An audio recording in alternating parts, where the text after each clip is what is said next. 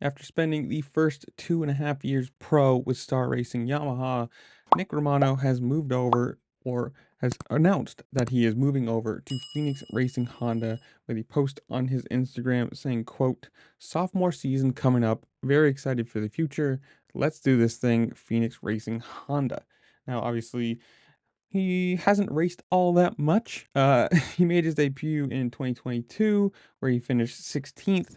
Then he missed all of 2023 with a knee injury, making his Monster Energy Supercross debut in 2024 in the East region, finishing 13th overall, and then in Pro Motocross, finishing 16th overall. Again, taking 13th overall in the Super Motocross playoffs. So hopefully this works out for him.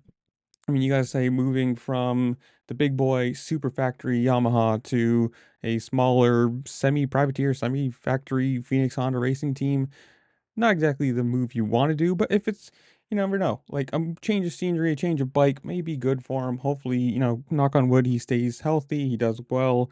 And you guys tell me, comments down below. Good move, bad move, whatever it is you want to say, comment down below. While you're down there, make sure to like, share, subscribe, do all the fun things this platform allows you to do, because it really just helped me out and I appreciate it.